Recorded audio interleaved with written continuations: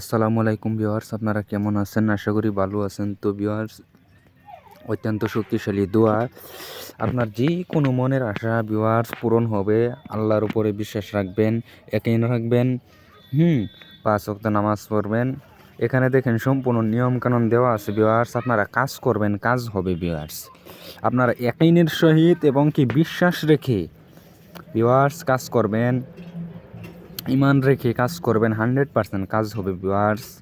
যে ব্যক্তি ঘুমানোর পূর্বে সূরা আর রহমানের এই আয়াতটি পড়ে ঘুমাবে ভিউয়ার্স, ঘুম থেকে উঠে সে দেখবে আল্লাহর রহমতে তার মনের সকল চাওয়া পাওয়াগুলো পূরণ হয়ে গেছে ইনশাআল্লাহ।